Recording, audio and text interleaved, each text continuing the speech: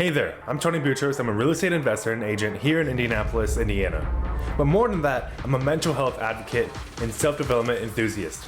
See, growing up, I had terrible health, both physically and mentally. So my goal here is to help people become the true versions of themselves that they are meant to be. Whether you're a new or returning listener, I appreciate you being here, and I hope you enjoy this episode. Thank you so much for watching.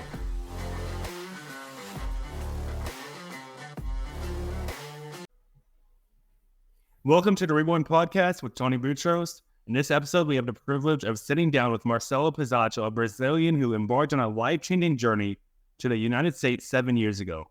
Marcelo's story is one of resilience and transformation, as he not only adapted to a new country, but also faced personal challenges head-on as a director at LAVCA, the Association for Private Capital Investment in Latin America. Marcelo brings a unique perspective on life, leadership, and self-improvement. Today, we'll explore his journey and the valuable life lessons he's gained along the way. Thank you for being here, Marcelo. No, my pleasure, and thank you for the time. It's my honor. Marcelo, you made a significant move from Brazil to the USA 7 years ago. Can you share some of the most valuable lessons you've learned during this transition, both personally and professionally? Yeah, sure, and that's a great question. I would start with sometimes leaving your comfort zone. It can be tough. It can be challenging. In Brazil, and just to be really honest here, in Brazil, I was really privileged. I studied in a great school. I attended a great college. I'm white. I'm a man.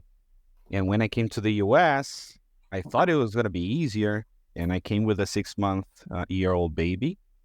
So, my past in Brazil has always been an entrepreneur. And when I came here, I was like, oh my God, I'm white until I speak. Because once I talk, I'm a Latino.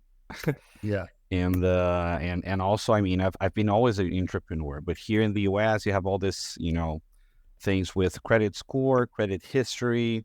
And I had a baby, right? So I couldn't give myself the opportunity to launch a business, to seek for a pain point and then come up with a solution. I understood quickly that I needed a paycheck to lease a car, to lease a house, to have a phone.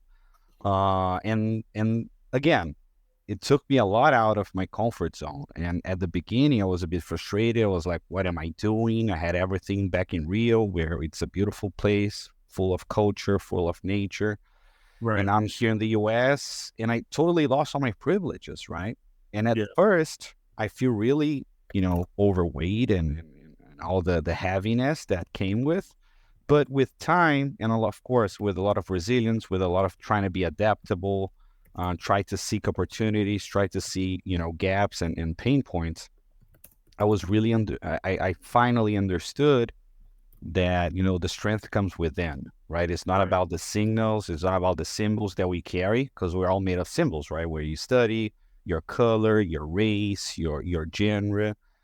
And thank God, I have to go through all of that to understand that, oh my God, no, it's all within. I don't need those symbols. Of course, they makes our lives easier or less easy. Right. But when I came to the US, anyways, I had to reinvent myself, because back in Brazil I had my own shop. I used to do wholesale of fashion. I was also a photographer back in college. So I don't have a linear, trajectory. I kind of did lots of things. I'm the kind of person that it's creative, but at the same time, it's good at math. At the same time, has an artistic side. So I kind of, until I came to the US, I was kind of experimenting lots of things, and thank God being successful. I shot the London Olympics as a photographer. I work at Nat Geo.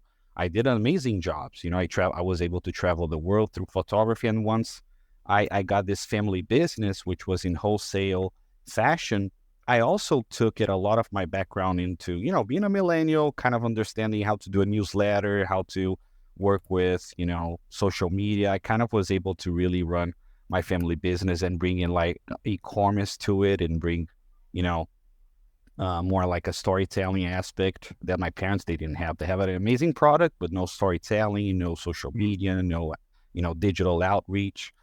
And basically, when I came here, I had to reinvent myself. And back in 2016, which was the year that I arrived, I thought about, I have a 6-month-year-old. So what am I going to do? So I thought about banking. I thought it was, financial markets will bring me the security, will bring me the, the financial security, also I would say the social security. Because whenever you tell someone you work at Goldman Sachs or JP Morgan or Merrill Lynch, people kind of, it is already, a great symbol and a great connector, a great bridge to have with people. And basically that's what I've done. I was like, you know what, let me reinvent myself as a as a finance guy. And I tried really hard. It wasn't easy. I was rejected by more than 100 companies, banks. And finally, I start to understand how to do this job search. Just to give you a huge example, when I arrived in the US, I didn't have a LinkedIn account. Because in Brazil, no one back then, right? Nowadays, a lot of people use it. But back then, no one used the LinkedIn account. So I was like, oh my God, I have to set this up, because here in the US, everyone has a LinkedIn account. So I started on this kind of improving myself in this job search. Every interview made me stronger. Every interview, I kind of understood how HR plays a role, and how soft skills also play a huge role on interviews, and of course on the work environment as well.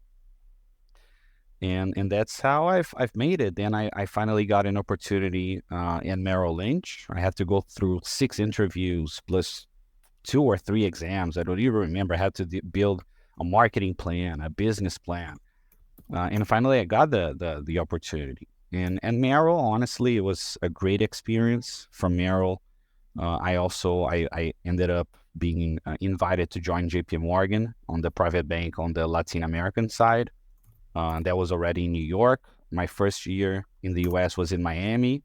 I got the opportunity at Merrill Lynch in New York, worked at Merrill for about 2 years. Then I was invited to join JP Morgan. And by the way, I was rejected by JP Morgan by more than, 10, 12 times until I was able to be invited by them. So that's also something that I tell a lot of my mentees. I'm a mentor in some institutions, is that, you know what, work hard, add a lot of value until people want to work with you. Now I try to build a life where I don't go for job search.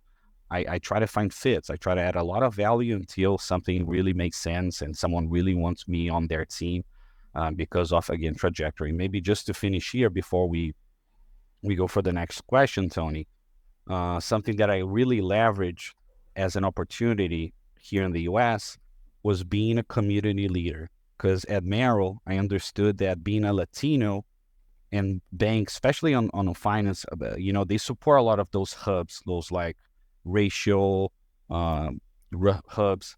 So basically, I started leading a group called HOLA, which is like hey in Spanish. And that also gave me the opportunity to network with a lot of senior executives within the bank. Because sometimes we join a huge corporation just like JP Morgan or UBS or Goldman Sachs, and we basically just talk to the person that sits beside us or to our direct manager. And it's about changing that mentality, right? Because it's about really having a huge network of senior leadership, of talent. It's a huge pool of talent, right?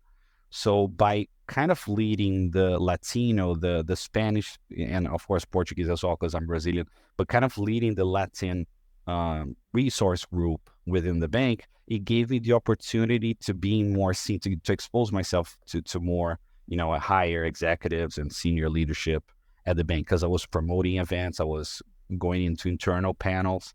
So that helped me a lot. So when I joined JP Morgan, I joined as whatever was my designation back then, but also as a leader for at JP, it was called Adelante, which is the, Spanish Latam, business resource group. So again, the voluntary, and that's why it's something that I tell all the time to all my mentees, the voluntary side, especially nowadays that we are talking more about climate, that we're talking about more social impact, it's very important for you to be engaged with your community, adding value on the voluntary side, because people want to work with people who are, magnets, who are executors, who are, working themselves for the community, for a higher reason. So that also really spearheaded my career here in the US. And I've ended up at UBS as a sales manager / associate director until I joined LAVCA. LAVCA, basically, just to finish, it is the Association for Private Capital Investments in LATAM. So basically, we are the bridge between the region and the globe. And that's why we're all in New York, all LAVCA teams in New York, because institutional investors are in New York, right? And so we kind of promote the ecosystem, the private capital ecosystem within LATAM to the world, right? So a lot of pension funds, family offices, sovereign wealth funds, insurance companies, they come to us, to LAVCA, for our research. We do a lot of research, and we track all the private capital investments cycle in the region, and they come to us to understand who are the managers who are doing well, who are the investors who have a great portfolio, who have a track record, who they should be talking with if they have to allocate capital into the region. So LAVCA serves as a kind of research platform, as a promotional platform as well for the region, as a publishing platform as well. We have two of the most respected newsletters, again, regarding private capital, both private equity and venture capital. And our newsletters are read by more than 10,000 investors. They are both bi-weekly, and also events, right? We just had our flagship, which is called LAVCA Week. It's already, I would say, a very important event that happens in New York, where all the region comes to New York. It's usually in October. It was last week, by the way. Thank God it was a success. But now I'm a director there, and I basically lead the programming, the partnerships, and the strategy at LAVCA. First of all, thank you for sharing your story. I mean, it's truly inspiring. I mean, you were just, when you started, you were an entrepreneur doing several different things. You had so many different skills, but you realized it wasn't really maybe the way that you could be able to position yourself. You said socially and financially. I'm assuming you were very, very passionate about photography, as well as your family store in the wholesale fashion space. But then you decided to make a big shift into finance, and you were able to see a way that you can maybe not go to something that's not necessarily what you're passionate about, but just what maybe you're even called to doing, and using your skills that you've built up from past experiences, from past entrepreneurial ventures, if you will, and leveraging those, and now going into something that you are very, very passionate about, which is leading LAVCA and being a director of investors in that space. I mean, I'm sure in the beginning when you got into finance compared to now, you're enjoying it a lot more because of just the people that you're around, the people that you're able to impact and help, and the impact that you're surely able to make on the world and the investment space as a whole. And also, as you said, getting yourself around high-level individuals, networking with senior executives, and then after that, again, becoming a director of LAVCA. So it really shows me, I mean, in 7 years, you went from a photographer, which, as you said, you were very successful with. I believe you said you were a photographer at the Olympics and traveling the world. So obviously, lots of success in that area, but then shifting over to finance, which is obviously a little bit different than photography, and being even more successful.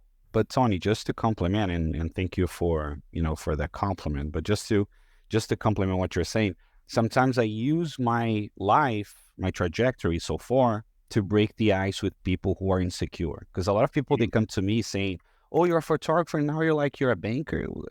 How does that go together, right?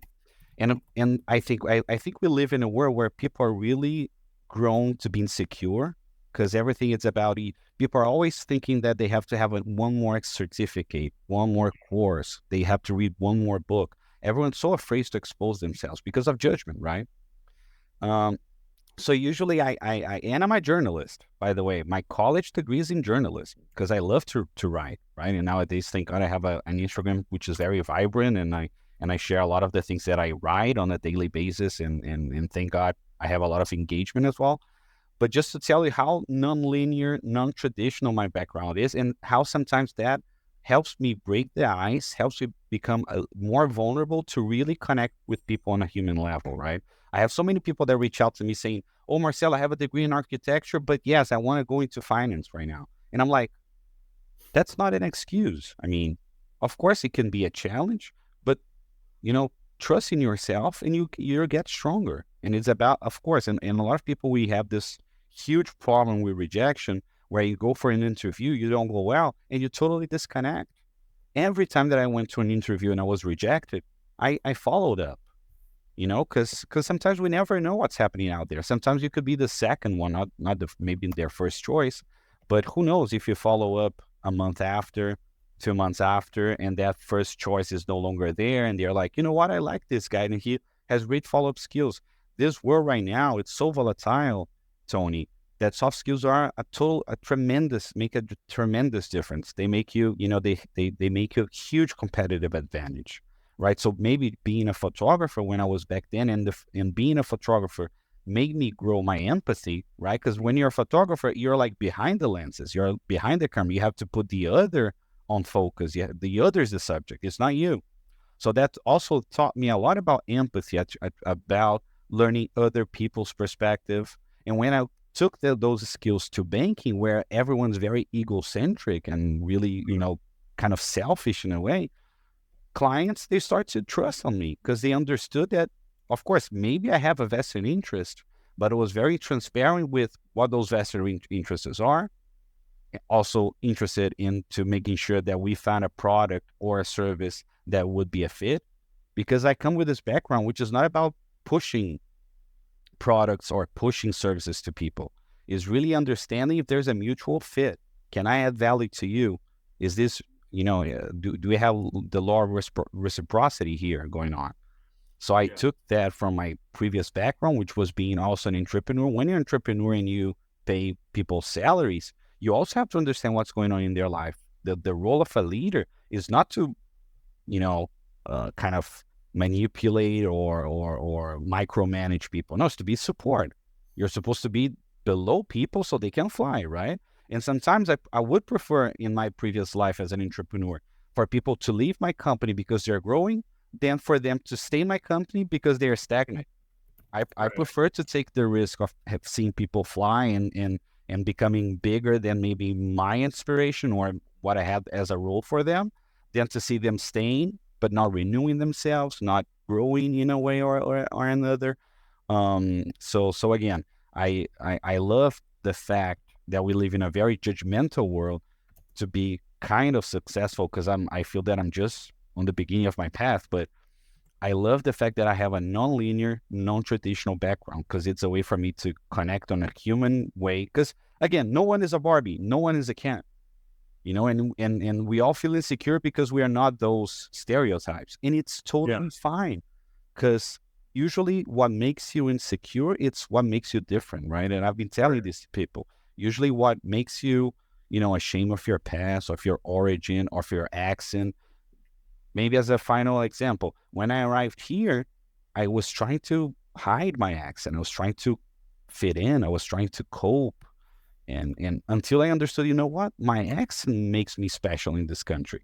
It's being Brazilian and kind of half Italian, because my mother is Italian.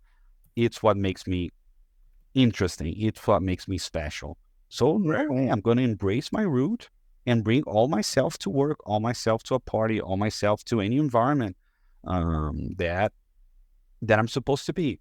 And usually, and again, and if I feel rejection, Tony, and if I feel that there's no fit, perfect. I'm not for everyone. Something that life also taught me is that I'm from some people. I'm not for everyone. And that's fine. We try to please everyone. It's not about pleasing. It's about trying to be the most authentic you can be. And then naturally, you'll find a fit. Right. You mentioned also that you got into finance to fit in and to cope with not feeling like you were, you even said you didn't feel like you were white anymore as soon as you started speaking. You said that's why you got into finance, correct? No. Well, great question, because now you're deconstructing me in a good way. Yeah, back then I've had the discussion with close friends and some followers. Back in 2016, when I thought about IT, I really thought about the software skills, programming, like being an IT guy. I didn't understand back in 2016 that I could join maybe Amazon or Google as a seller, because my background was always into more human stuff, like soft skills, human stuff, selling. So maybe in 2016, if I already had the mentality that I have now, maybe instead of really putting an effort to join Merrill, JP, Goldman, maybe I would be putting an effort to joining Google, Facebook, Amazon, because they pay higher, They have a more work-life balance. And so, yeah, so back then, maybe I tried finance because I had a young baby. I was new in the US. So I thought, again, finance would give me the prestige, the money security. But yeah, I mean, back then, that was my mentality. And I tried to play safe, which is joining a huge corporation, which is, those kind of 4 or 5 banks, domestic banks.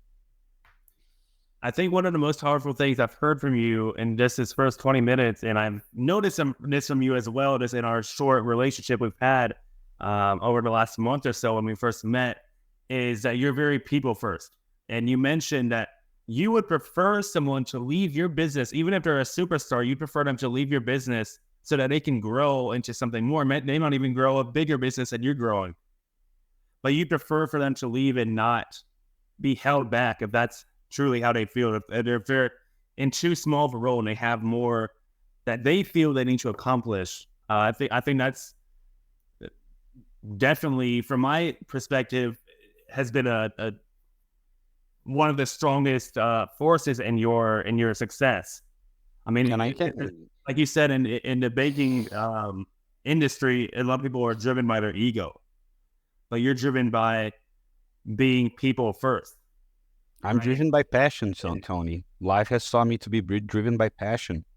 And first of all, I love that because sometimes I can talk a lot and I never know what resonates with people or something that, kind of triggered you more than something else.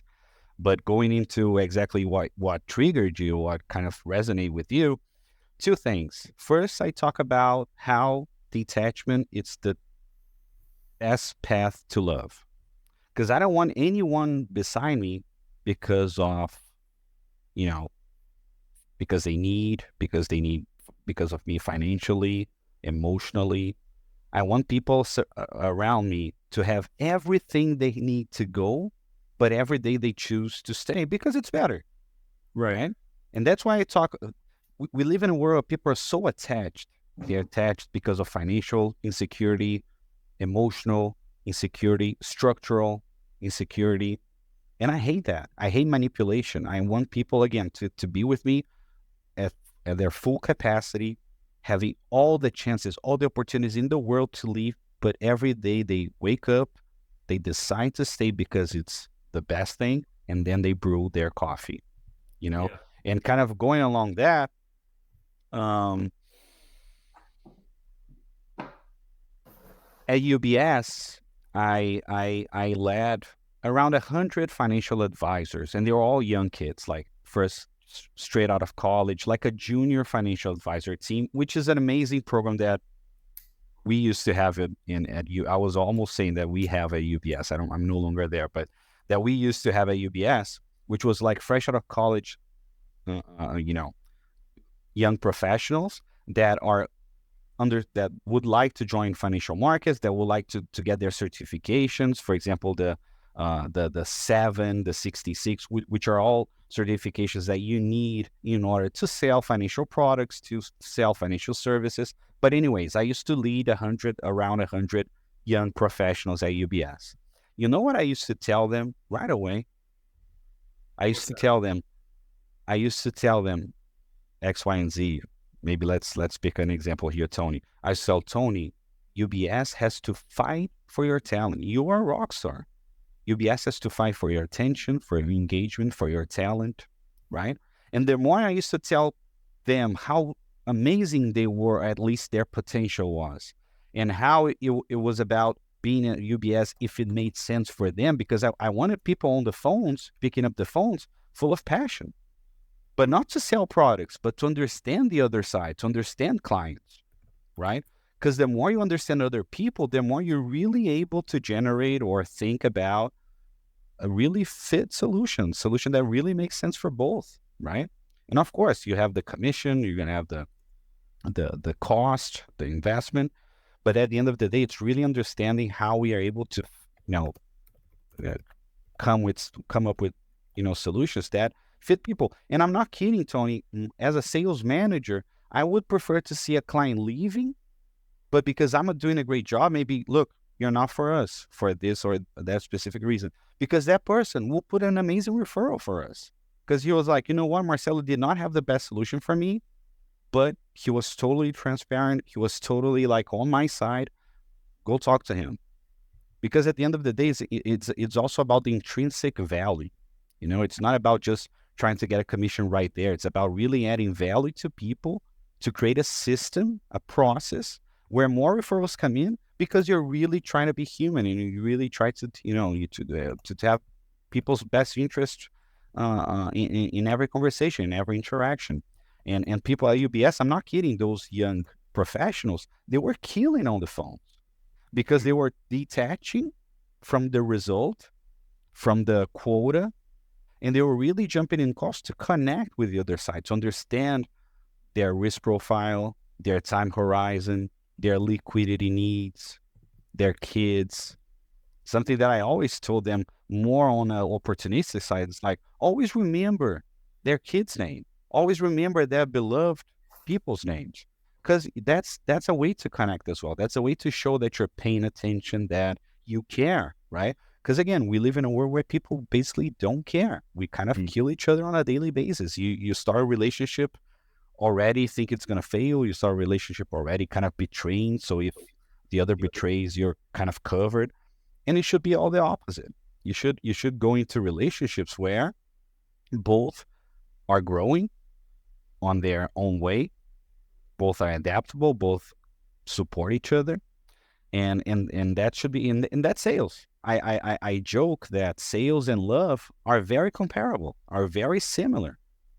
I mean, human sales and human love, Right. But anyways, yeah, and it's about inspiration. I think nowadays with this creators economy and everything that's going on, people need a lot of inspiration to pursue their path, to let go of, their family judgment. How many people are architects or doctors because it's what their parents wanted to be and weren't able to, and now they're projecting their interest into their kids, and their kids feel the pressure, and their kids, they don't even have the opportunity to choose what makes them feel alive, So it takes a lot of inspiration for those young professionals, even adults, to change their lives, to reinvent themselves.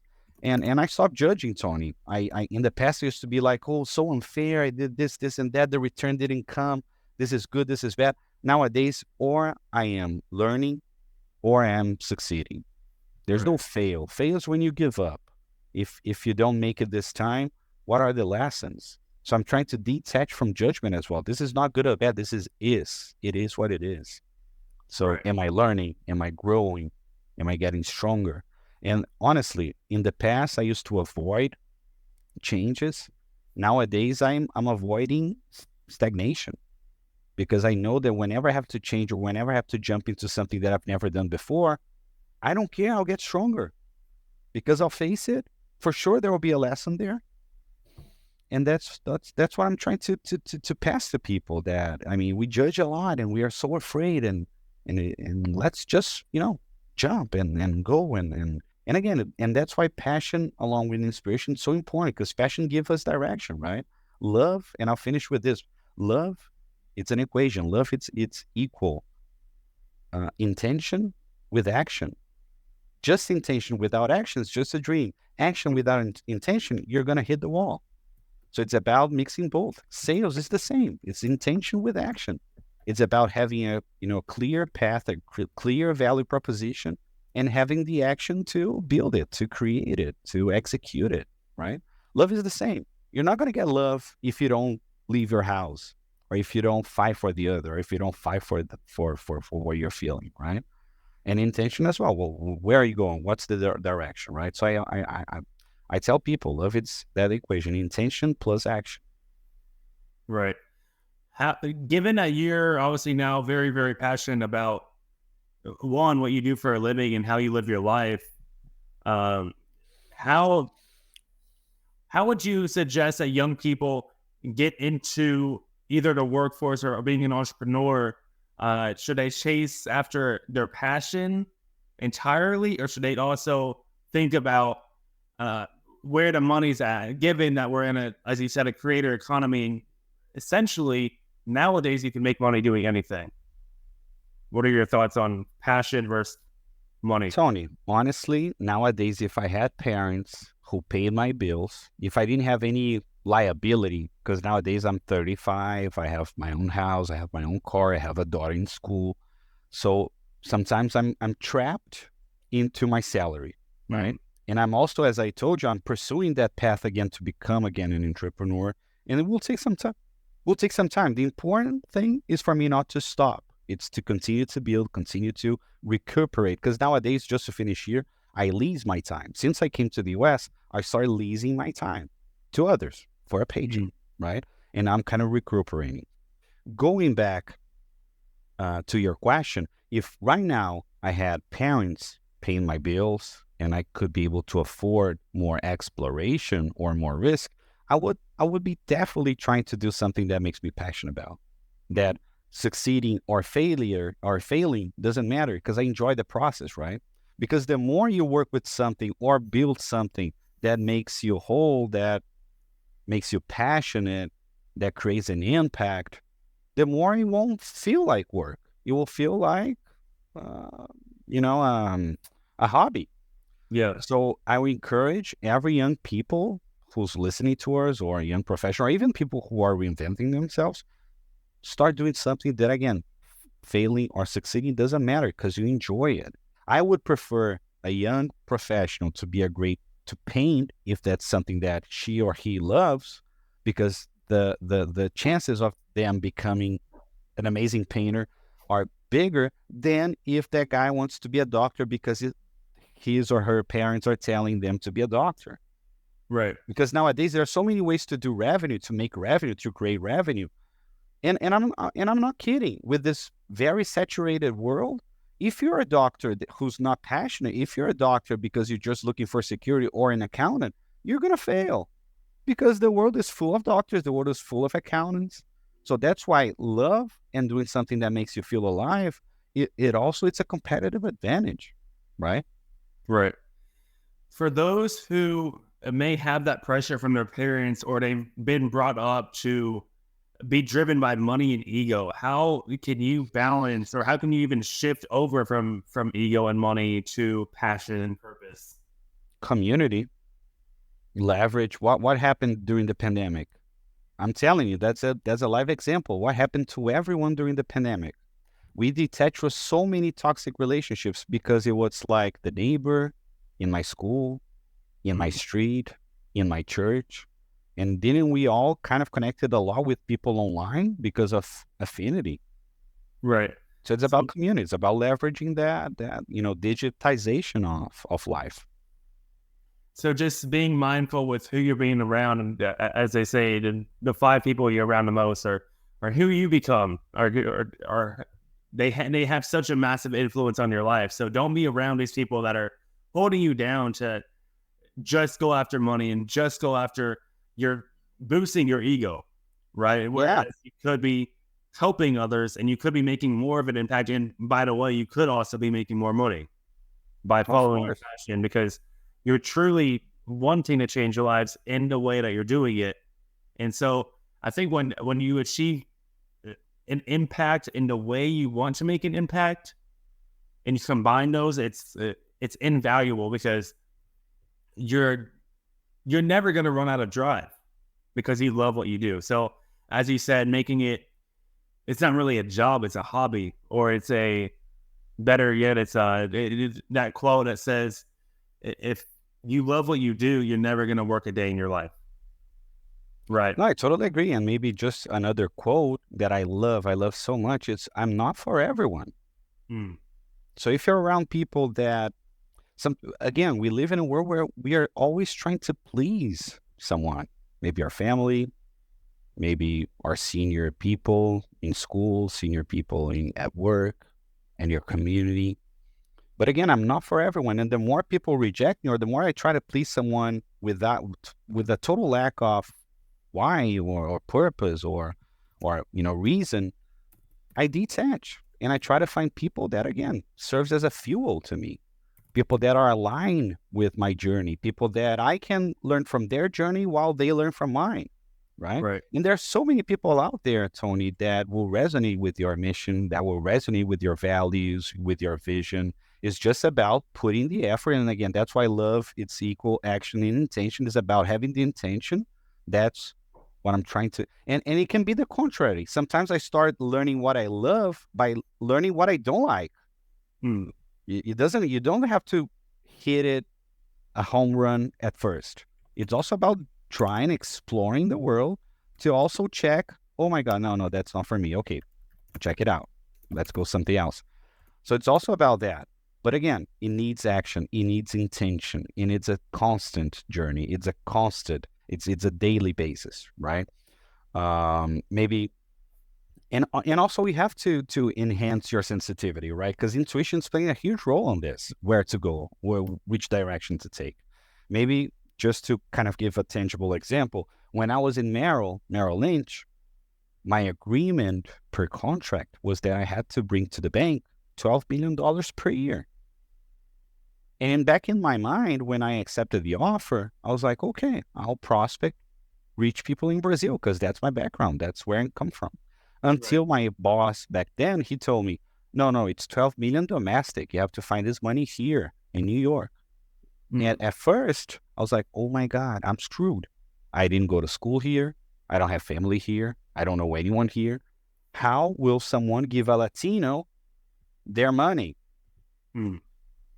Of course, I had that first moment of like anxiety and, feeling nervous, just like everything. Everything is a cycle, right? Life, it's all about ups and downs. So I had that first moment of anxiety. And then I was like, you know what? Okay, let me think then. Let me think about the strategy here. And that's how naturally, Tony, I became a community leader because I started to join affinity groups.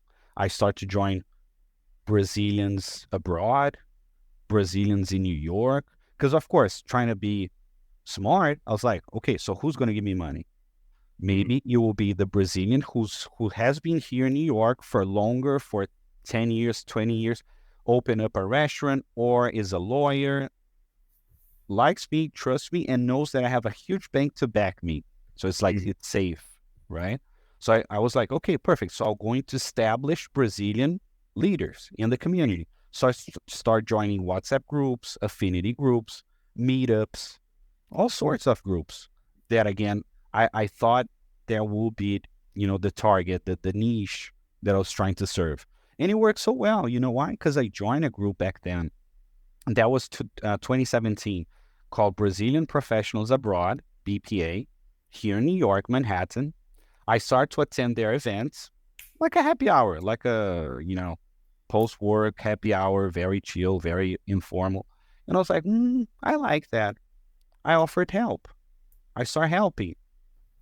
Fast forward a month, maybe tops 2 months, I was doing a happy hour at a huge venue here in Manhattan called Fogo de Chão. It's like a Brazilian barbecue place, but very fancy, very beautiful, near MoMA, the Museum of Modern Arts.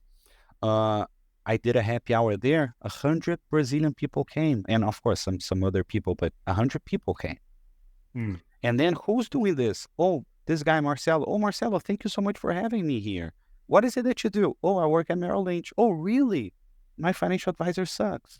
Of course, I'm fast forwarding here, but just to let you know how we also have to work on our sensitivity, our intuition to make sure, because again, in adult life, Tony, we all have to make very, very important decisions, right? If you're ambitious, if you want to grow, it's about making a lot of decisions. And the more ambitious you are, the more you will have to make decisions because you're exposing yourself. So you're pulling all that energy, right? And when you pull all that energy, you have to lead with all that energy. So you have to be efficient. You have to make decisions. You have to go for calls. It's about risking yourself as well. The more risk, the more return, right? So since I came to the US, also because of my daughter, she's been a huge fuel for me to grow. I've been taking a lot of risk, but always trying to be very thoughtful, very smart, very sensitive, listen to my intuition, maybe taking a right here is not the time, let me go left, anyway. So I started leading this group, and I naturally understood that being a community leader, especially moving forward where a lot of people are feeling lost, with the lack of purpose? Am I here? And the pandemic kind of accelerated that too. The pandemic brought all these questionings, which is like, what am I doing with my life? Am I here just to pay the bills? Am I here to wait the week, to hate the week, just to get crazy in the weekend and then forget and then again be depressed on Monday? Is this what life is about? So I understood that being a community leader, someone that gathers people, someone that, brings conversations into spaces, into communities, I understood. And again, naturally, that would also accelerate my career. And that's how, fast forwarding, Tony, I was doing events all the time in my time at Merrill. And that's how I got my door to open at JP, because the executives at JP were like, who's this guy who's doing all these events here in the city? And by the way, I joined the Brazilian Chamber, the Brazilian American Chamber of Commerce here in New York, which is a very sophisticated kind of niche. And I started to do my own events at the Brazilian American Chamber of Commerce. Then I became a partner at the Brazilian Consulate, which is here in New York. So again, the more leader and the more you pull people, you do events, and you invite a speaker to do something, you get to know people. And again, in this world that lacks action, who's having action, who's like executing, it's having a huge competitive advantage, right? So JP, who rejected me so many times before when I applied online, when I just tried to apply just like everyone else, JP was like, who's this guy? Interesting. We are kind of needing a guy that goes after, that creates the opportunity, doesn't wait for the opportunity. And that's how I got invited to join JP Morgan. At JP, I was there for 2 years and something, until I was invited to be a social director at UBS. So again, also if you take my life as an expat, as an immigrant that came from 2016, being a social director at a huge, the biggest wealth, private bank in the world, which is UBS, and of course JP Morgan, I had 5 years to go from nothing, like a trainee kind of analyst, to a director. And that's amazing. And I have that ownership of telling the things that I've done, because it was not known. It was also non-linear. It was also non-traditional. The pace that I grew, right? But I tell people how, and I'll finish with this, Tony. Whenever a mentee of mine, as a joke, but whenever a mentee of mine tell me, Marcelo, how do I accelerate my career, my learning curve? How do I excel my growth trajectory? My simple answer is post online. Expose yourself on social media. I'm sorry, we live in a world of storytelling. Who's telling stories? It's getting more exposure. Some people are able to, some people are not. The ones who have the courage to do it are having a competitive advantage. So really, even you could argue that you're going back to your college degree in journalism by telling stories on social media and linking that with finance. But I think what's really interesting is when you came to America, you were afraid because you didn't feel like you fit in. You were afraid to even have an exit. But then by embracing who you truly were, you progressed further in your career than you could have even imagined. And I mean, JP Morgan is just an example of that. When you first came, you applied and they're like, no, we don't know who you are. We don't want you. Thank you for your time, whatever. Fast forward 5-10 years. I don't know how many exactly years it was, but fast forward and they're coming to you. You're not even reapplying. They're coming to you because you embraced who you were and you built a community around your personality because other people also fit in with you. I am curious. You said that mostly you were getting your money from Brazilians. Would you consider that was at first, and compared to now, a limiting belief that you couldn't get money from Americans because they wouldn't trust a Hispanic?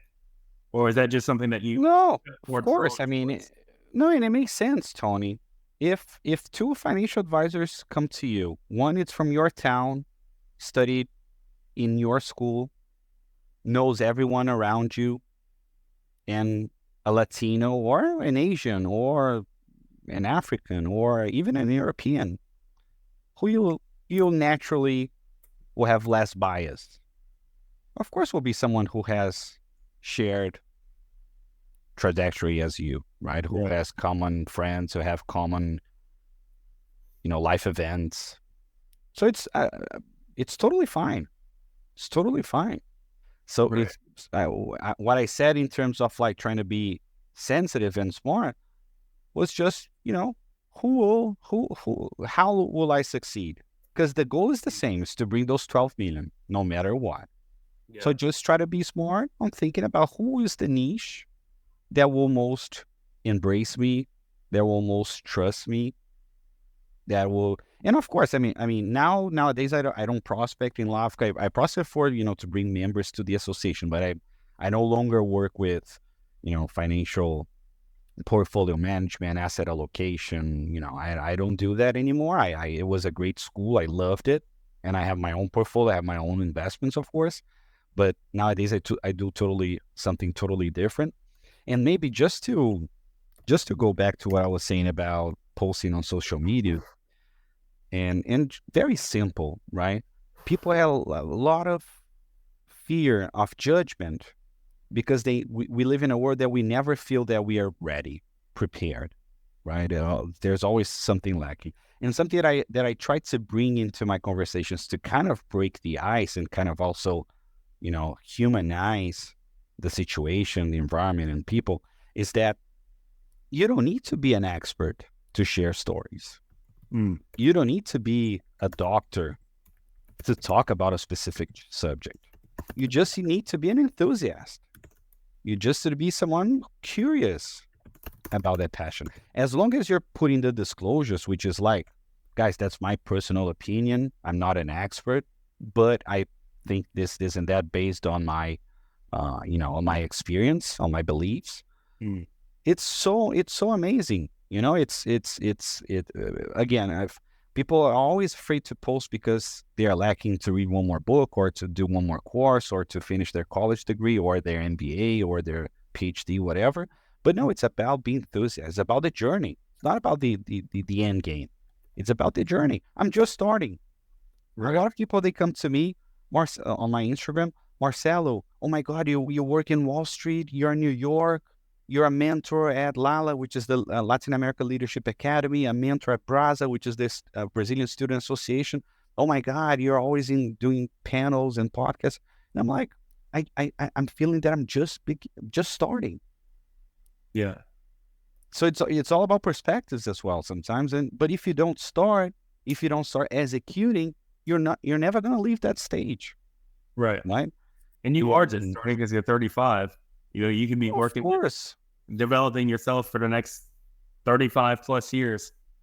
Tony, next year I want to launch my first book. I want to launch my own. I have a known free community, but I'm thinking about doing a paid community.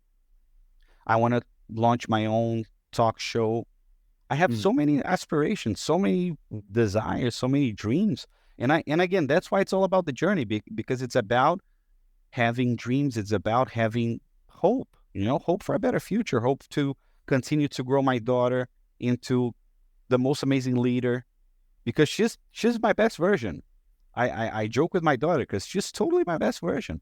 And I'm trying to do everything that I can to give her all the support, all the inspiration, all the knowledge to be a better me. Right. So I have so many dreams. And again, I feel that I'm just starting. And a lot of people just like me, just like you, are feeling this because we are seeing the amount of opportunity, the amount of pain as well, the amount of challenges as well. Again, we are living in a very corrupted place whatsoever, like all over. But that's a huge opportunity as well for us to heal ourselves and others around us. And again, I think the digital world, internet, is able to escalate, to scale. It's able to scale that path of healing. Not only my own, but the way I'm able to heal others, to support others, to capacitate others, to inspire others. And that's the beauty of digitization. It's really the scale that it brings your personal work. I feel so glad. Tony, last month, I even showed with my Instagram followers.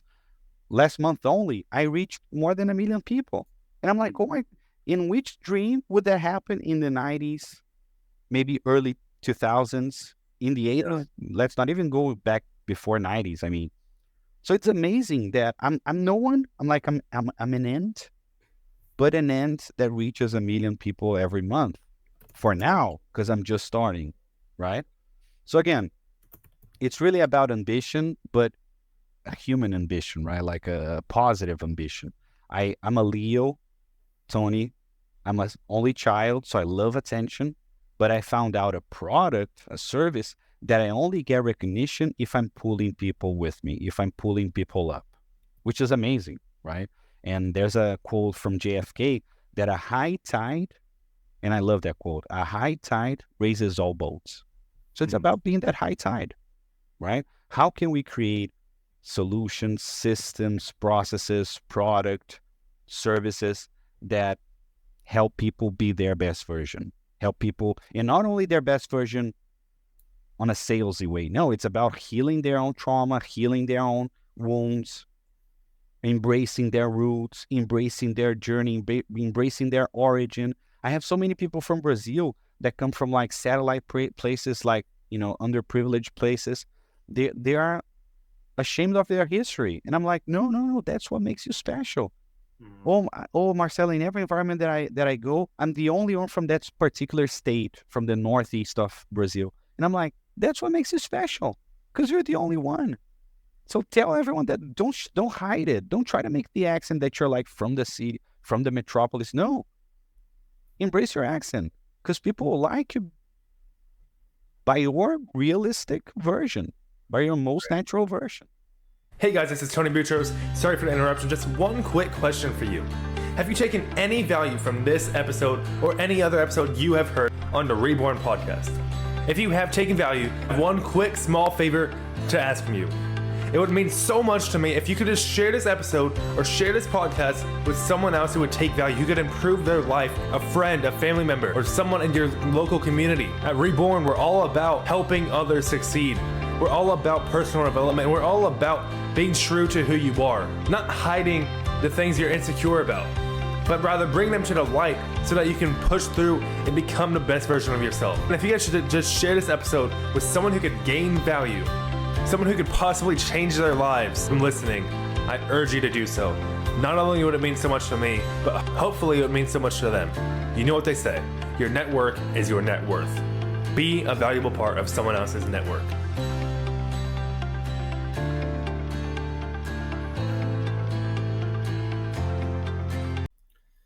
You've spoken a lot about rejection, hardships, trials, and tribulations.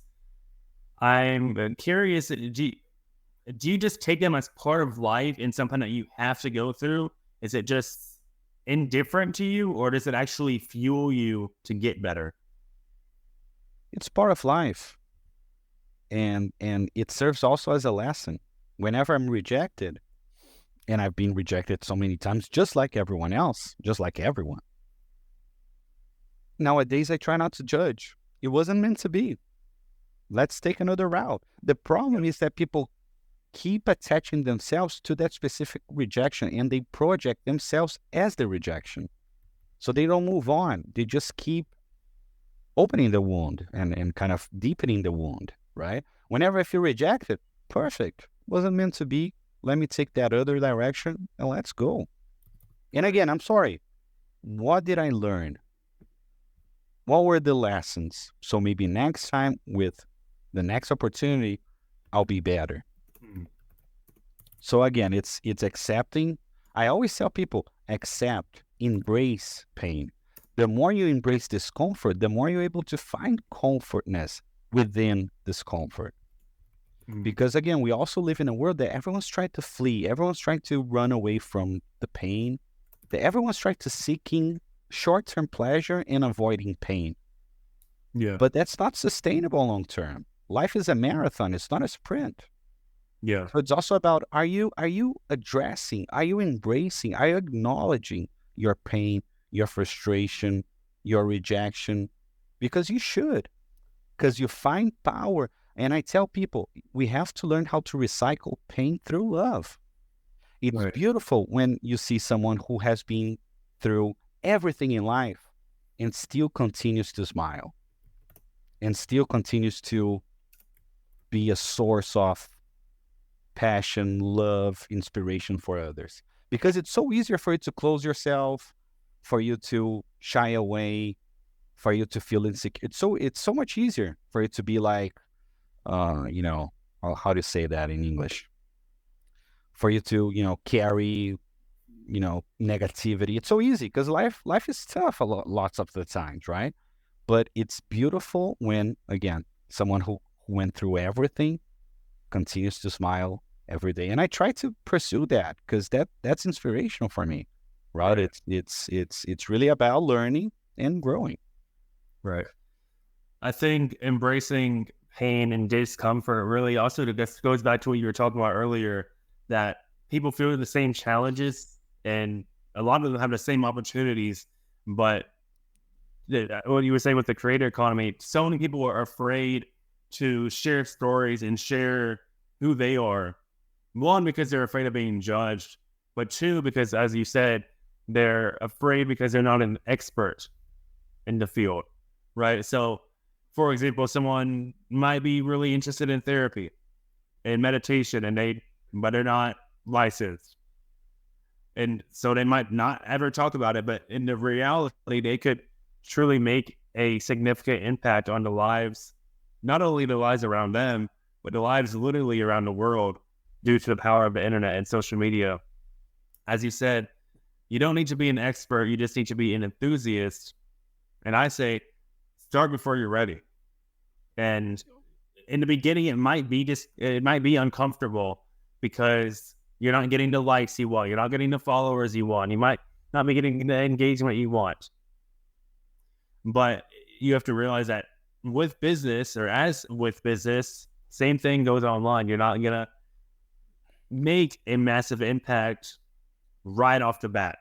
And I think that actually makes it more powerful, because as you build up that following and that impact that you're making on the world, you're also learning and you're also developing yourself in that time, right? Same thing as a business. Same thing as a business when you're building different skills, you're building different relationships, and you're building yourself, your inner self. You're building your personality. So I think, like you said, embracing pain and finding comfort and discomfort is crucial. It's invaluable. And going back to something that I also said along those lines, detachment. That's why I said detachment is the best way for you to achieve success, because it's about detaching from all those expectations, judgment, results. Tell me one thing, Tony. What is something that you start and you're already a rock star? Doesn't exist. Yeah. No one is a great public speaker at first. Oh, go deliver a public speaking for 1,000 people right now for the first time. Right. You'll choke. Right.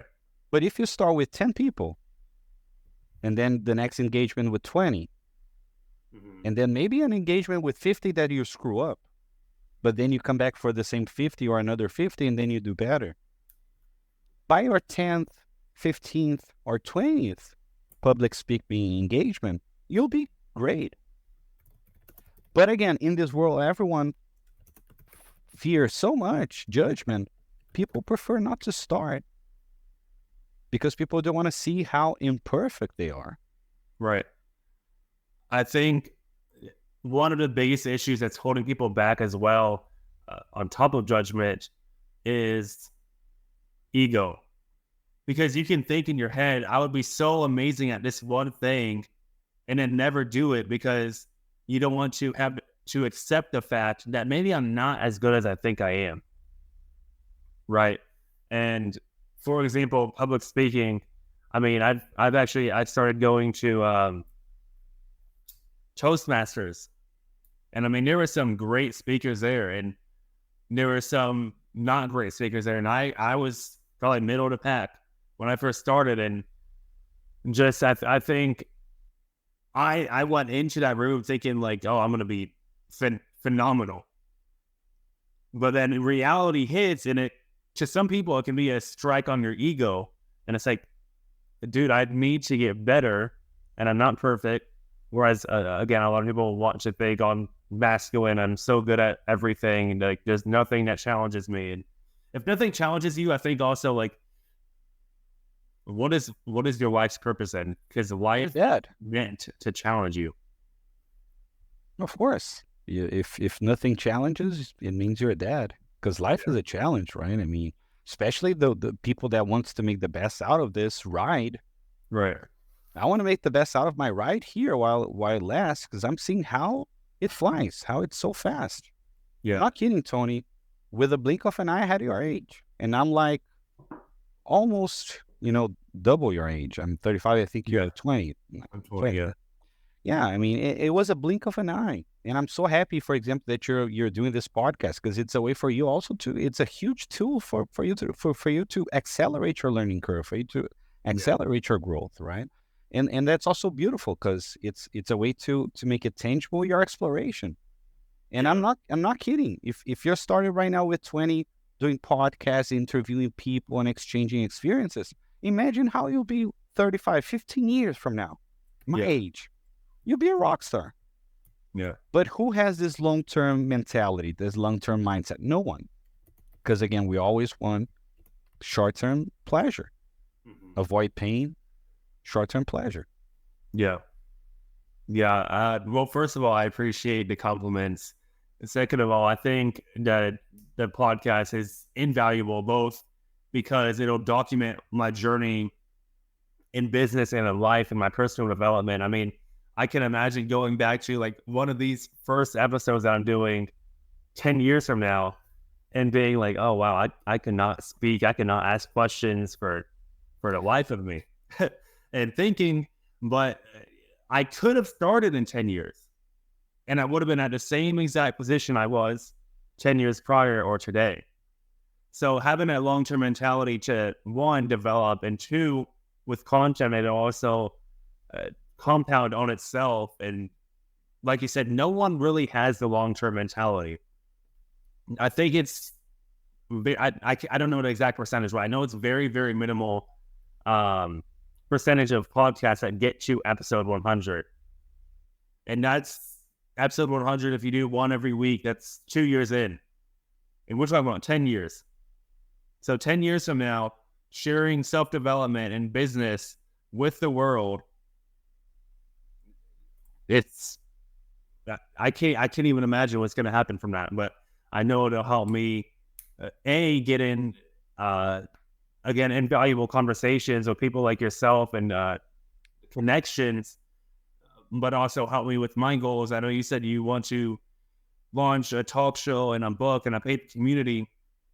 I also am planning to write a book, and we'll have a community, and I'm not sure what kind of talk show you're talking about, if it's like a TV talk show or if like this kind of talk show, a podcast.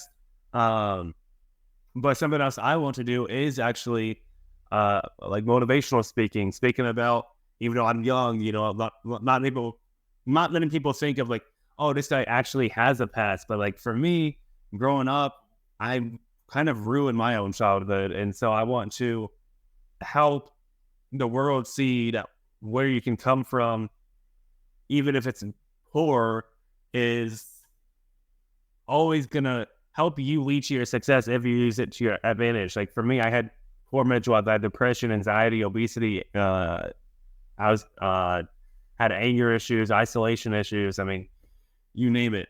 So very, very poor mental and physical health.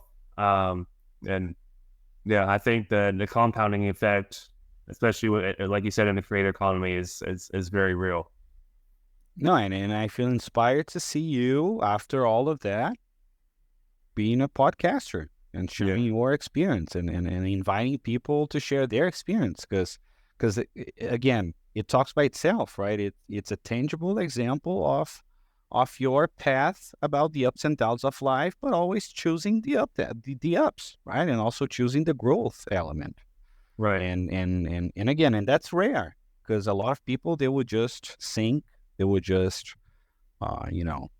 whatever, live a very automated kind of like autopilot life, or live a life to show others, or kind of create a family that they're not even in. How many men, and that's more like a general thing, how many men don't spend their time with their kids as a father? So many. Yeah. Because people are trying to run away from we have a huge issue in the world, which is, people transferring responsibility to others, people not holding themselves accountable, people blaming others, victimizing themselves. But again, the people who are holding themselves accountable, the people who are with the ownership mentality, are having a competitive advantage. Because I'm not kidding, Tony, I prefer to be surrounded by people who hold themselves accountable, who, when they screw up, they come in and say, look, you know what, I'll screw up. What can we do? Let's come up with a game plan to solve it.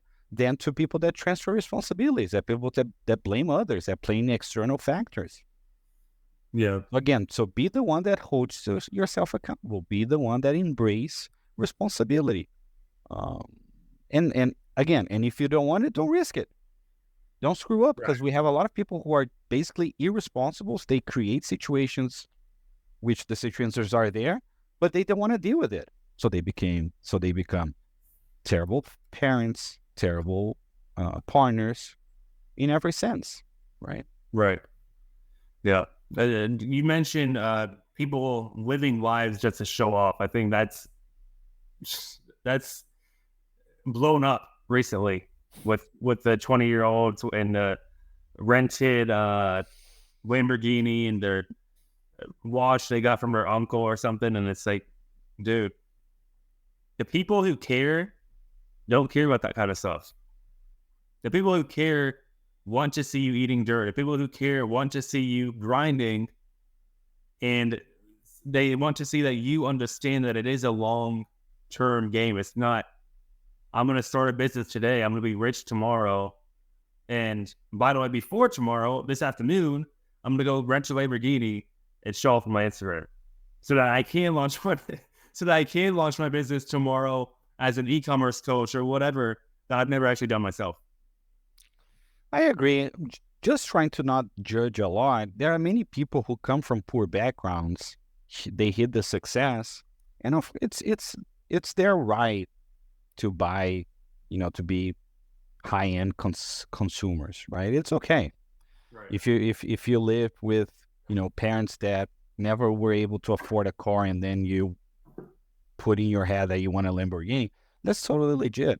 The problem is when people sell that dream to others in order to make money out of them. That's the problem. Because I don't see any problem at all of like a huge singer who came from poverty and now it's like riding Lamborghinis and wearing gold watches. It's his money. The problem is that when you're like a fake creator, a fake coach, whatever, kind of selling this style of life, this lifestyle, and it's fake. That's for me, it's the problem, right? Yeah. I try to be very humble. Actually, one of my pillars in my Instagram, and also I'm a LinkedIn creator, but basically my pillars on LinkedIn and also Instagram are so spiritual, way more spiritualistic than materialistic, right? I'm way more about experiences than buying stuff.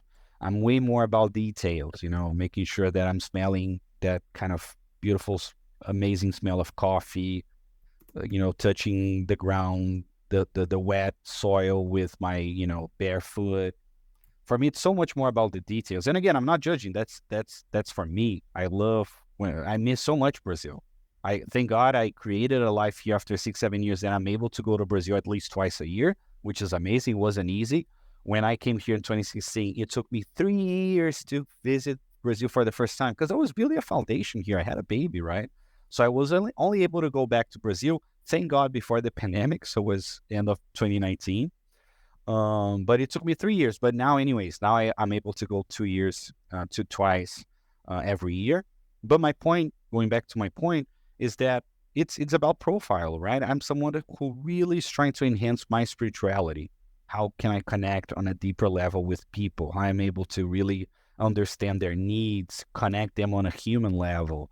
How can I make them or not? I mean, how will why do people open themselves to me? Because they trust me in such a short period of time, right? It's because it's all about being authentic. It's all about being genuine. When people understand that you're authentic, that you're genuinely trying to connect with them, they are generally listening to them.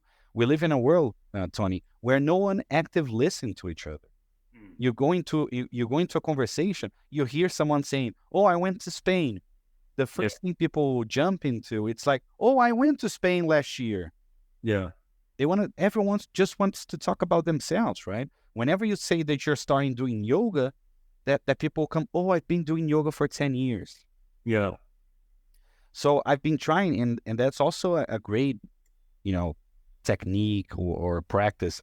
Every time someone tells me that they did a trip, that they are starting something new, I try to focus on them. I'm like, "Oh, you did? What was the best thing that happened in your time in Madrid or in Spain or Italy, whatever, or Africa or Brazil?" I try to focus the questions on them because, again, we live in a world people are just focusing on their own, selves, and everyone's to validate themselves. Everyone's looking for validation. And whoever, again, it's active listening, it's also having a competitive advantage. So nowadays, whenever I get into a conversation with someone, I take out the focus out of me and I put on them. I ask questions about their trip, about their new hobby, their new event in their life. And people love it. And I'm not kidding. The more interested you are in something, the more interesting you will sound, you will look like. Yeah. But people don't realize that. Whenever someone tells you a great story, you jump on, you cut them talking about your own story. And it's terrible because no one likes it. It always creates a noise. Whenever you're like super anxious, excited to tell people about a new endeavor, it's always a turn off when they reply with their own endeavor, Yeah. But again, the people who are active, which is very rare, but people who active listen to others, they become so interesting because, again, they are interested. Yeah. So just putting other people first. And as you said, the more interested you are, the more interesting you're going to appear to them. Because as you said, I mean, I went to, for example, Brazil last month. Oh, I went to Brazil 2 years ago. It was great. And it's like, oh, okay, I was going to talk about my trip, but thanks for being a narcissist. And that's actually something I had to get over as well. And maybe I'm being narcissistic right now by saying that, but that's something I had to get over because I used to do that, but I didn't think about it from narcissism standpoint. I thought it was more so relating, right? Like I've had that same experience as you have, so I can relate, and we can go even more in depth than someone who maybe, for example, hasn't been to this place that you just visited, and then go from there. But that's something I actually had to break myself as well, and just purely focus on what they're saying. And you said being humble and being authentic as well. I think, and you said also being more spiritual than being materialistic. I think when you're materialistic, that's great. That's awesome. Go get you a great big mansion and go get you a great Lamborghini and Ferrari and everything you want. If you have the money for it, and that means you probably earned it. You probably worked hard for it. But at some point, it's going to be meaningless. At some point, there's going to be nothing more that you can truly buy, nothing more that will truly fulfill your spirit. And of course, the richer you are, Tony, the more you're like, is this person with me because of the structure here, because of the, everything that I have to offer on this material way, or because she really, or he, right? He or she really loved me. Would she or he be with me if we didn't have all this? That's a question that always probably pops into powerful and famous and rich people. Are those people here because of my fame and everything that comes along, or because they genuinely, authentically like me? Would they be here without all of this? Would they like me on my downturn? So it could also be a case. Yeah. Have you experienced that yourself in relationships now that you've achieved some wealth, some success? I'm sorry, can you repeat the question? Yeah, I said, have you experienced that sort of relationship where the person is not being genuine, they're just there for the materialism, um, given that you've now achieved some financial and overall success in your community? No, no, thank God, no. Because I'm not in that stage of like having Lamborghinis and a lot of fame, Yeah. and I don't have followers to offer people, and so no one sees me as a, as someone that they can leverage. Yeah. So thank God, no. We'll see when we get there.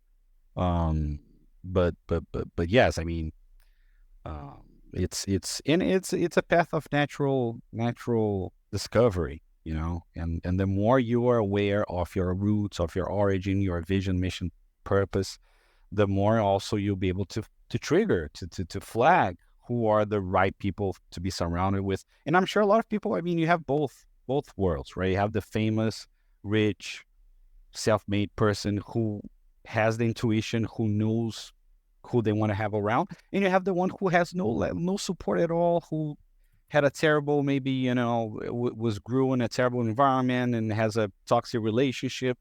You have all sorts of of examples. So again, it's really about being open to learn, right? Because a lot of people are not open to learn, to grow, and again, it becomes really hollow, I would say. How would you suggest people that are closed off, that did grow up in poor environments, but grew up to be successful, but now are kind of closed off to things that aren't materialistic? They're closed off to the spirit. Spirituality, or Yeah, that I lost my English for a second. Uh, People that have lost that, how would you suggest that they can become open to learning and shift their mindset, just become open to learning? Tony, I cannot suggest anything for people that are not open to it. Something that also life taught me, which I was becoming a pain in the ass for some people, is that at the beginning of my journey, and by the way, I never said this here in this podcast, but 3 years ago when the pandemic hit was when I threw myself on Instagram, threw myself on LinkedIn, start sharing my knowledge or my journey, right? Because I was working at JP Morgan, I had a great life, I have a great daughter. And when all this happened, I felt the necessity, I felt the opportunity in a way to help people, right? Because people are losing their lives, losing their jobs, selling less, and going through a lot of anxiety and mental health. So that's when I opened my Instagram to talk about how to get a job, how to go well on an interview, how to come up with a better resume, how to sell more. And naturally, I spiritualized myself because I was talking to people and I was like, oh my God, the pain, it's way deeper, right? It's not only about creating a resume, it's about embracing their roots, Yeah. right? So it was a natural path for me to go from sales, job search, resume building to really love, detachment, fear of rejection, you know, judgment. So, and something I've learned is that I can only help people when they are open for help, when they are willing to listen, willing to grow, open to, it's basically that. And so I cannot suggest it. I stopped trying to help people who I can see they're in a total shit show. But if they are not open to listen, if they are, trying to please, if they're living on autopilot and they don't care, then again, I'm not for everyone. I step away and I continue my journey because I'm telling you, Tony, sometimes we push the bar, we force a situation, and there are so many other people who are waiting for you, who has a great fit with you. And sometimes we keep with those that don't want to listen to you, but sometimes it's a beloved one, it's a family member, it's a a friend from kindergarten. So you're attached, right? You love that person.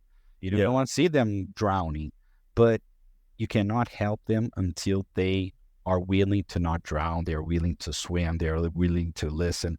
So I don't have any suggestions to make for someone who are okay with their Lambo and are okay with their, you know, husband or wife, gold diggers, whatever is. You have to be open. You have to be, willing to deconstruct yourself. Yeah. I think that's really interesting. You said you went on social media 3 years ago to help people and share your experiences after you had already achieved success for yourself.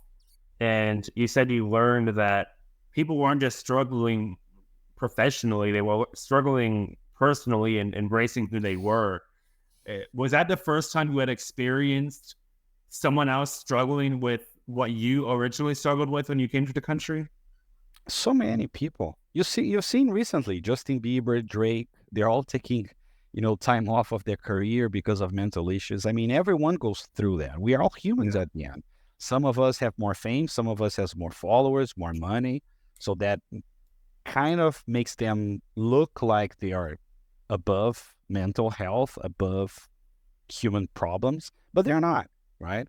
So yeah, I mean, again, maybe as a final conclusion, when I came to the US, and just maybe I'll give you another example. When I came to New York, all those high-rise buildings, all these amazing human-built constructions, at the beginning, Tony, they gave me anxiety because I was like, what the fuck? I'm sorry the language, but what am I doing here? Am I going to make it here? Look at this place. I felt totally diminished. I felt totally exposed in a bad way. I was like, oh my God, only really tough people make it here. Until I stopped judging. I was like, you know what? I'll put my all on this as well. And nowadays, I'm not kidding. When I walk in New York, my office, it's in Midtown near Times Square. Those buildings that in the past used to diminish me or create anxiety on me because they were, too big and remind me of how small I was. Nowadays, they become fuel. Yeah. Nowadays, I'm like, oh, you know what? I'm going to conquer that building. You know what? I'm going to, no, of course, in a joke note, but like, I'm going to buy that building. But of course, in a joke note, but the thing is, it's all about perspectives. And again, if I didn't leave Brazil and open up and kind of lost all the privileges that I had in Brazil, because in Brazil, again, I told you, I have a great family, financial structure, affection structure. I'm white, I'm man. In Brazil, I had everything. I was a little king in my city. And when I came here to New York, I'm like, I was a Latino. I was white until I spoke. When I spoke, boom, Latino. And at first, it also brought me a lot of anxiety. At first, I was like, you know what? I'll go back. No, please. I'm not going to be like just one more here. Let me go back to my beautiful life that I had in Brazil. But I'm telling you, Tony, perseverance and being resilient, it showed me naturally that everything is within. I don't need those symbols. I don't need those badges. Yeah. I learned through life and going through the discomfort and kind of leaving my comfort zone that, oh my God, we are so much stronger than we think we are. And I think that's the biggest lesson here. I did a reel that totally went viral, has almost 200,000 views, thousands of likes, which I say to people, I'm like, usually you see yourself way weaker than you really are. You have no idea how strong you are until you have to. But it's also until you have to. Because if you're not going to see how strong you are if you're just on your couch every day. And it's okay if you want to do it. Fine. Yeah. But you're not going to know the strength you have within. It's only when you expose yourself, when you go through challenges, when you have to be adaptable, when you have to conquer something, when you have to overcome an obstacle. That's when you find strength within. So I'm telling you, you are way stronger than you think you are. And number two, we tend to think that people think less of us than what they really do. We always think that people are judging us so much that people think that we are, I don't know, like douchebags, and we are not. And usually people, they basically don't care. They're not that important to anyone. So stop feeling afraid of judgment. Just go. Because again, if you're doing something good, people who maybe at first will judge you, because again, the unknown creates resistance. Whenever you're changing, people that have known you for so long, they're going to be like, oh, Marcelo's so different. Yeah. It's okay because the unknown generates resistance, and people hate the unknown because it generates fear too. But whenever you make it, whenever you have success, I'm not kidding. The same ones that judged you will ask you how you've done it. Mm-hmm. They will follow you again. They will understand the new you. So it's Yeah. also in your responsibility to check in with people that have known you for a long time, and now they don't recognize the new you. So it's also your responsibility to check in with them. Guys, I had this conversation with my Brazilian friends because I left Brazil, I came to the US, and all of a sudden during the pandemic, I started to talk about sales, kind of like as a coach. So all my friends were like, Marcelo used to be a jokester. Now he's all serious there, talking about life and career and professionalism and growth. Yeah. So I literally had to schedule a call with them to be like, guys, this is what I've been through, X, Y, and Z. Maybe that's why I'm like this. I'm loving it. It's a journey. I'm still understanding everything that's happening. And I'm not kidding. After that conversation that I had with my best friends, I again got their support. Yeah. Because at first they were a bit hesitant with all this new Marcelo, that they were like resistant. They were like, what's going on, man? Is this genuine? And I'm like, yes, this is super genuine. And that's why. Here are the reasons, right? And after that call, I'm not kidding, bro. We came back to be in a healthy relationship. And maybe to finalize, that's a huge problem of relationships. People don't talk. Mm. So people, they change because it's a natural path, changing all the time. But if you don't constantly check in with the people you love, you're going to create a noise. So it's also about always addressing, again, embracing discomfort, embracing changes, acknowledging the white elephant in the room. We all have white elephants in rooms. Yeah. But are we addressing them? Are we acknowledging them? Or are we just hiding away, changing subjects? Yeah. But the noise gets bigger, and the noise becomes a problem. And if you don't diffuse the bomb, it explodes, right? So again, it's about pursuing your natural path while you're checking in, while you're being honest with everyone around you. Yeah. So when you first moved to New York from Brazil, your thought process was only tough people make it here. And so you had to mold yourself into being one of those tough people who can make it in New York. I think they say, if you can make it in New York, you can make it anywhere. And once you became that person and you started showing off who you were online, and not showing off to brag, but just showing who you were and sharing your experiences, as you mentioned, your friends became resistant. But then you explained what you had been through, and you created a healthy relationship. I think that's really interesting because oftentimes we hear people saying there's stages of life and of friends. These friends might have been for you back when you were a jokester, but they're not for you anymore.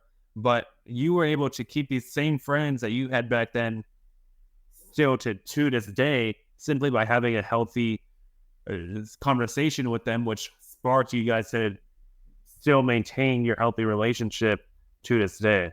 I think that's really powerful. Yeah, because it's about empathy as well. Sometimes we would I could easily let go of them because they didn't accept this new me. But I gave them the benefit of the doubt. I tried to understand their perspectives. Sometimes I encounter a lot of people with different perspectives than me. I don't have to adopt them. I just have to acknowledge them and see if we are able to live together, share the same room, right? So with my best friends for life, I try to understand them. I try to put myself in their shoes, which is like, I would do the same if one of my best friends leave the country and after 3 years, like seeing him maybe once, the guy comes back as a coach or like as an authority about something. I'll be like, what the hell, man? You're not, and it's fine. Yeah. But it was also, again, that's why when we were talking about transferring responsibilities, it was also my responsibility to kind of catch up with my friends and let them know exactly the path, what I've been experienced, my journey. And again, let's say if they didn't understand, then fine, I'm not for everything. And I would move along, I would move away. But in that case, they were like, boy, you know what, Marcelo? Boy, no, that makes sense. No, great, bro. So I also, yeah, of course, it didn't have to have those specific words, but I could feel the vibe of like going from resistance, like not knowing me anymore, to No, it makes sense. I'll support you, and yeah, we are here if you need anything, you know. Um, but a lot of people again, just they would just detach and move on and don't care. I gave them the benefit of the doubt. I tried to understand their perspective. Yeah. You mentioned back then when you did have those friends and you were in Brazil that you were figuratively a king. You were treated super well. You were a man. You were white.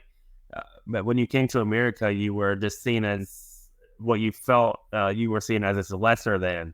And you were just a Latino. You were just another person in the massive city of New York that didn't fit in. What shifted that mindset when you moved to New York and really helped you overcome the idea of moving back to Brazil, which could have been a life-changing event if you did move back to Brazil rather than building what you've now built in New York? Honestly, Tony, that question I cannot start talking about my daughter because she has been always, and I get even emotional because she has been my most amazing fuel in life. And the beauty is that she's my source and my end, right? She's also like the fuel, but her growth, her path, it's also my end, right? To make sure that she has all the opportunities, all the support she needs to be her best self, right? Yeah. So I couldn't start saying that she was my biggest fuel. She was my biggest inspiration, my biggest reasons to keep resilient, to keep fighting, to keep overcoming challenges. And of course, again, self ambitious as well. But for sure, my daughter became naturally my biggest bridge between myself and spirituality. I'm not kidding, because our relationship is something that it's totally unconditional. It's totally it takes me to another realm. So if there's the number one reason why never gave up and never went back to Brazil, to my comfort zone, it was because of her. When I left Brazil, the decision was mainly because of her as well, to really give her more structure, more security, everything, right? Everything that it's different from a world how you call it, third world country and a first world country, right? So I would say that she was the main reason for me to not give up and continue to, struggle, continue to move on. And of course, again, I'm also ambitious. I'm also someone that, again, I try to be very adaptable. I think moving forward, even talking macro here, I think we all have to be very adaptable moving forward because things will change. Things are already changing in a pace never seen before in humanity, and that's all because of technology. So if you're not constantly adapting, um, you're going to have a problem. And being adaptable is a huge competitive advantage. I joked, I think yesterday or 2 days ago, that it's not AI, at least for now, because that can change as well. But right now, it's not AI who's, getting the jobs of humans. It's humans who are using AI, who are knowing how to use prompts, who are knowing how to use AI, who are, you know, substituting people who don't use AI, right? And that's a huge pace right now. That's a so fast pace right now. And I've been adopting AI since the beginning. I use ChatGPT for everything. I use Midjourney to illustrate my news. I have a newsletter that I send out on a monthly basis. I do the image on Midjourney. I leverage ChatGPT to write the text. So again, being adaptable is a must. So again, try to be adaptable. My daughter as a fuel, being ambitious, you know, being sensitive as well into which directions to take. Because again, I think I was able to succeed, and I've been succeeding because again, it's a journey that it's only starting because I have a drive. I think because of passion. I think because I love people as well. And like New York, the USA, it's a huge pool of diversity. I love the fact that my daughter goes to a public school and her best friends, one is Asian, the other is black, the other is Brazilian. I love the melting pot that is New York, right? With people from all over the world, different beliefs, culture, realities. So all that mix was what kept me going, which on one side inspiring and on the other, the opportunities are there. Obviously, you've gotten tough yourself. As you mentioned, when you first moved to New York, it was scary, and you were motivated by your daughter, but you thought that only tough people can make it in New York, and you've become one of them. But now that you are one of the tough people in New York, do you think that it's still as tough in New York as you originally thought, or were you overthinking in the beginning? No. You got to be tough to be New York. That's not a question. I'm sure that New York is a pool of talent. You have so much intellectual capital, and that's something that also inspires me a lot. Because living here and being, again, I didn't say a lot of the things that I do, but I'm a sorry, my screen got crazy here. But I'm a partner at the Brazilian American Chamber of Commerce. I'm a partner for the consulate here, also a director of LAVCA. I sit on two boards of two fintechs. Why am I saying all this? Because being in New York, it's a way for me to really leverage all the intellectual capital that comes to New York. Yeah. Because New York, you have the UN week, you have my event that happens in October, you have in May a lot of agenda for Brazilians. So I mean, it's a great place to be because a lot of interesting producers. When I say producers, like producing things, they're always in New York. They're always coming in New York. So I mean, of course, it's a place where only the hardest workers are, and most creative, most interesting as well. It has its problems, of course. There's no perfect place. It's a place where a lot of people are here just for their careers, so that makes them really opportunistic on a negative way. So again, as every place, it has its pros and cons. But for sure, New York, it's not for soft people, for sure. It's a place where you have to give your all. You're going to be hyper stimulated all the time with all the noise, pollution, garbage, rats, everything, right? So you kind of have to have a really you have to have your shit together, honestly, to live in New York. I mean, if you're mentally well, right? Yeah. But for sure, it's a place where you have a lot of interesting and amazing leaders. You mentioned in the beginning, and still is some to this day, that when you first moved to New York, you struggled with anxiety, sleepless nights, moments of feeling fragile, and you were motivated by your daughter to push through those challenges. If you didn't have your daughter, where do you think that would have ended you up at? What do you think you would have gone back to Brazil? You think you just would have been average in the city? No. Again, before my daughter, I also had great careers, success. Um, Maybe go back to Brazil for sure. I don't think I would be here if it wasn't for her, honestly. Because again, Brazil's now in a very good moment. We have a lot of momentum in Brazil. So we are kind of surfing. It's an era where politics are kind of helping legislation to make business work and to make it a more friendly with entrepreneurs, more friendly with investors, with creators. So it's a place where maybe not Rio, maybe São Paulo, which is kind of like the financial capital, I would say.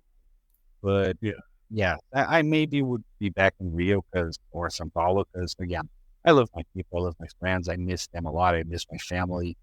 Um, so yeah, but at the same time, I'm happy here. I don't see myself moving because again, the way things are structured, the way things are, are now.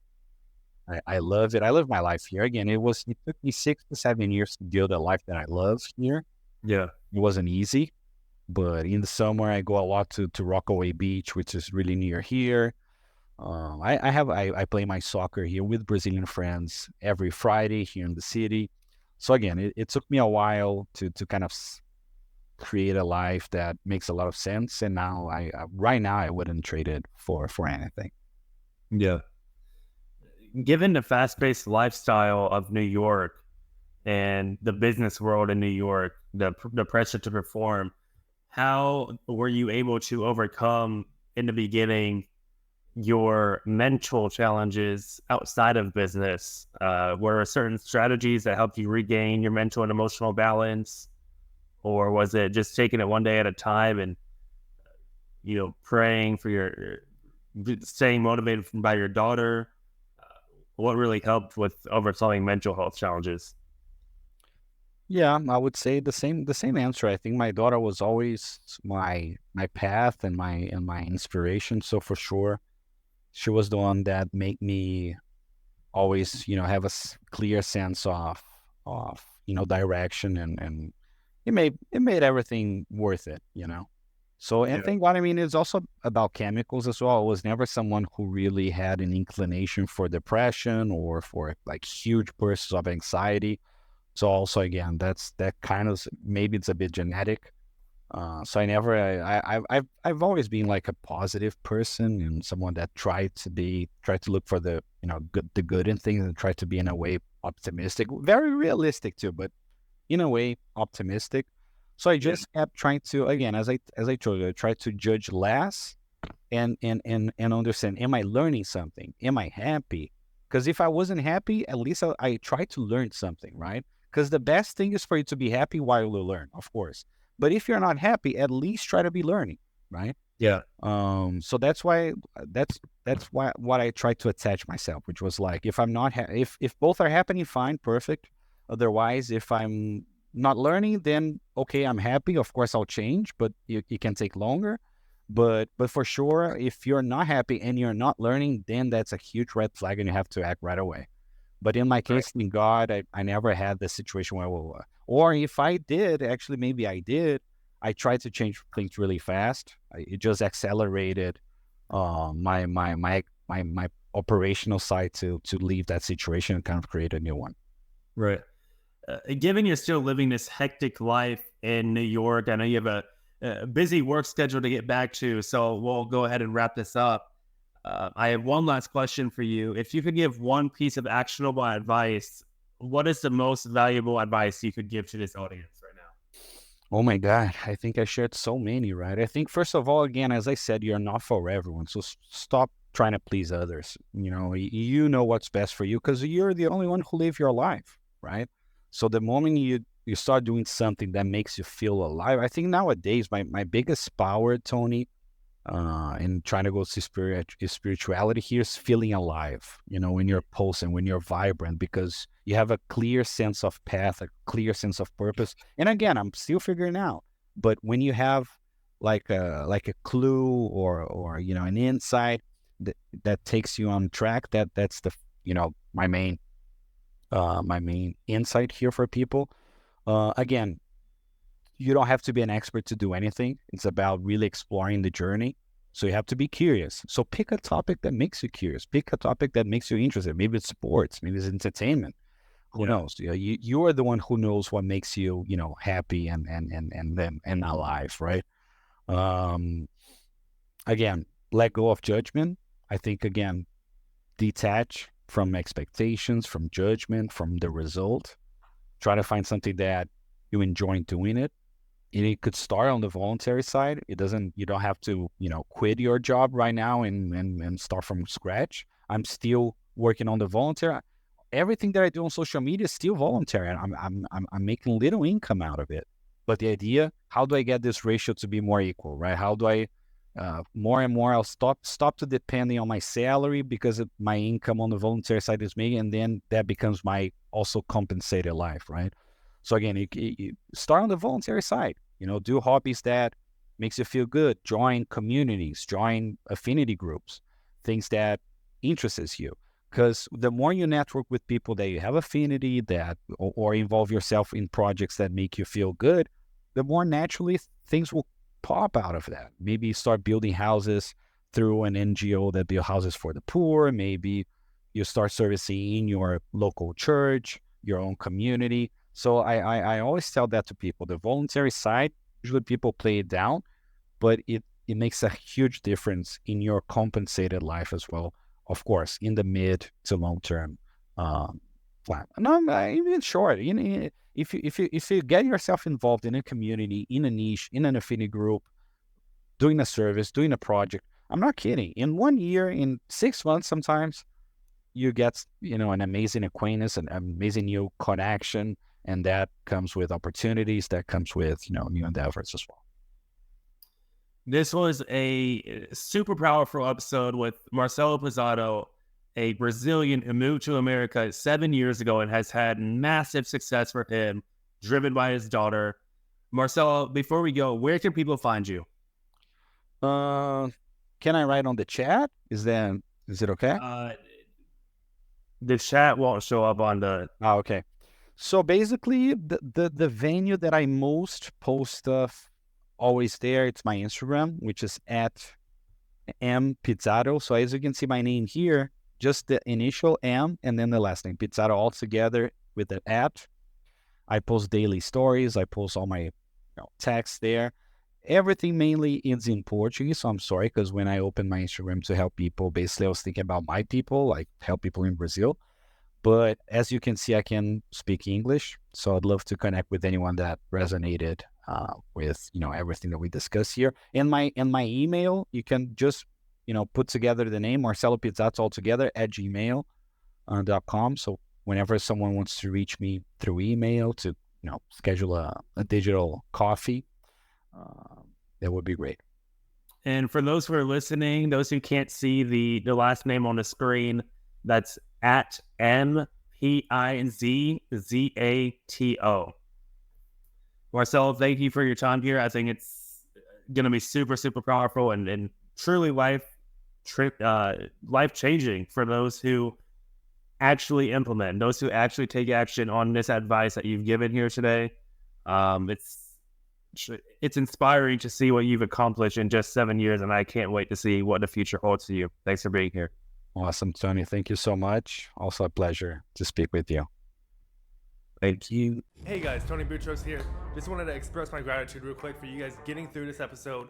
I hope it was extremely valuable, and if so, if you could just leave me a rating so that more people like yourself could listen to this content and improve their lives, it would mean so much to me. Again, you know what they say, your network is your net worth. Be a valuable part of someone else's network. Thank you so much for listening and have an excellent week.